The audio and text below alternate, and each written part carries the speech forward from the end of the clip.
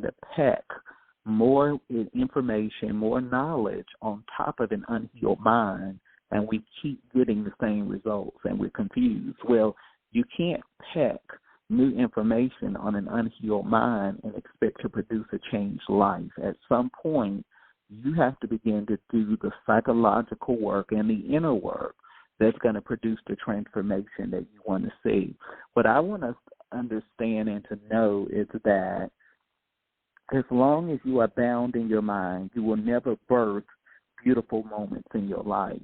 And we can have all the great vision, all the great hope, all the great aspiration in the world, but if we don't begin to do that work on our mindset, all of these things will just be something floating out in the air and this hope in our heart of what's possible, but none of those things will become a reality for us. And so I think it's so important that you understand the part that you have to play in your freedom and you taking your personal power back so that you can be everything that you were destined and created to be. Many people look at my life today and they admire my life and work. However, in order to appreciate who I am today, you have to first understand the experiences that have shaped who I am today.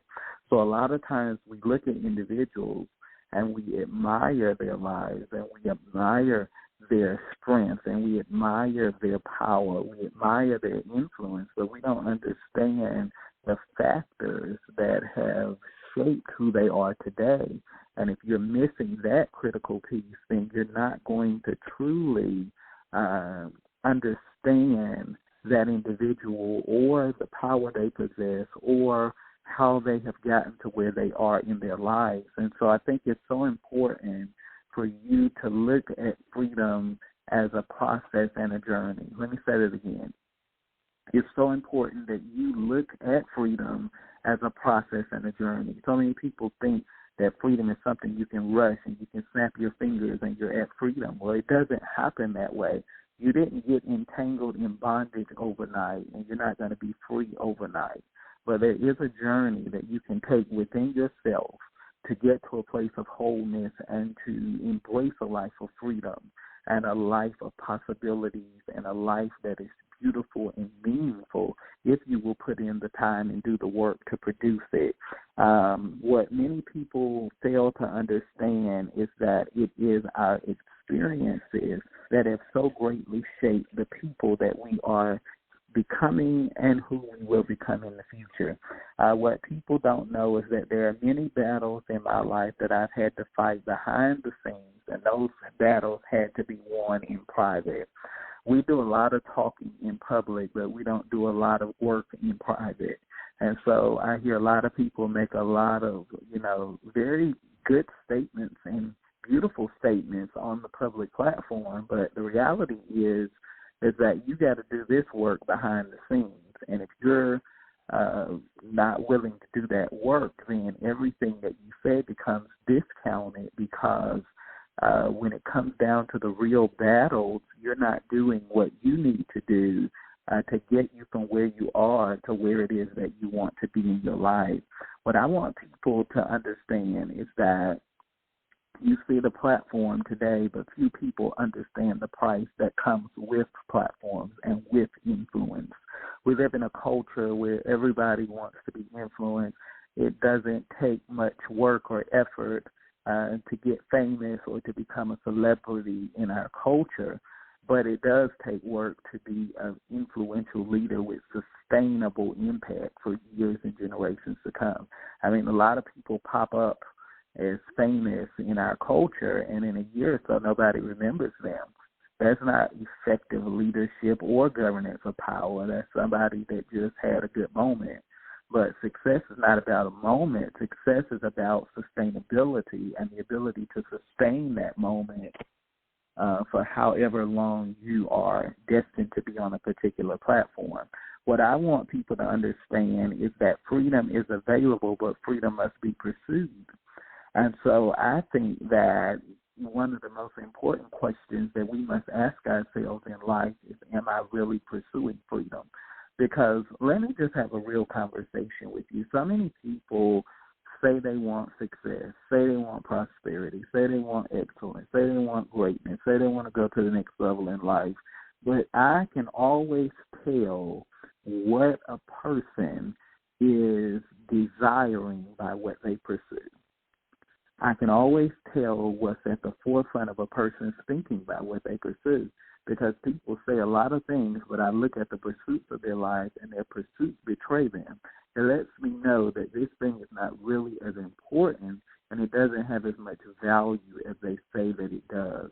Because if it had as much value as we say that it does, then we wouldn't sit up weekend after weekend, day after day, night after night, watching Netflix. We wouldn't be hanging out every weekend. We wouldn't be wasting valuable time and moments telling ourselves, I got all the time in the world, and not really making progress on our goals, our dreams, and the greatest desires in our heart. So the next time you begin to tell yourself that, I want you to ask yourself, what am I really pursuing? Because your pursuits are going to be the greatest indicator of what you value. Your pursuits are going to be the greatest indicator of what you value.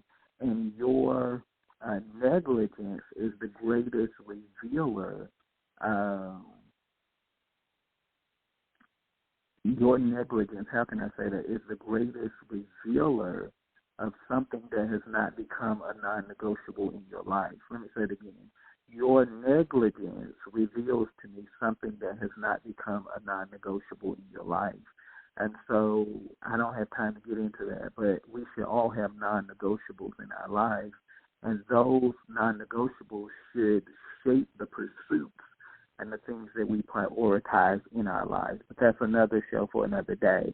We often talk about the pursuit of happiness. However, few conversations ever revolve around the pursuit of freedom. Have you ever thought about that? There are so many people that say they want happiness, but how can you have happiness and you don't even have freedom? You first got to figure out, how do I get to freedom in my life? And then happiness can become an off branch of that freedom that you've established in your life. And so we are drawn to what we often lack the proficiency to define or the capacity to understand. A lot of people, one of the greatest barriers to success for most people is the inability to get clear about what they want. Write that down. One of the greatest barriers to success for most people is their inability to get clear about what they really want. 99% of people can tell you unequivocally what they don't want. Only 1% of people can tell you what they do want. And those 1% are those who go on to succeed and thrive and do amazing things in life. One of the things that you need to do is you need to get clarification about what you really want. I call it clarification of desire. What is your real desire? What is it that you really want? Be able to clarify that and articulate that, because your articulation becomes the magnet for attraction. Write that down. Your articulation becomes a magnet for attraction. Many of the things that I've attracted into my life and I'm attracting into my life even now is the result of my mastery of communication, my ability to articulate my visions and desires and intentions makes me a magnet attracting those things into my life. You're not attracting them because you have not got skilled enough in the language of possibilities. I can't go there. That's another show. And so most people spend their entire lives chasing something that they will never obtain. If you can't even clarify it and define it and articulate it, how are you going to see that thing become a reality in your life? You don't know what you want.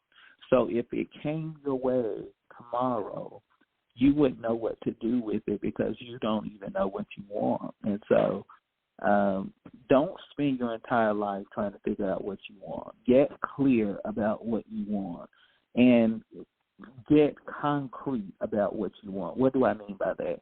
Don't want this one day and then 2 days later I want this. Well, now you're confusing yourself and your heart because your heart is trying to align with a desire And now you're telling your heart that's not the desire. I want this desire. If you keep doing that, you're never going to get the manifestation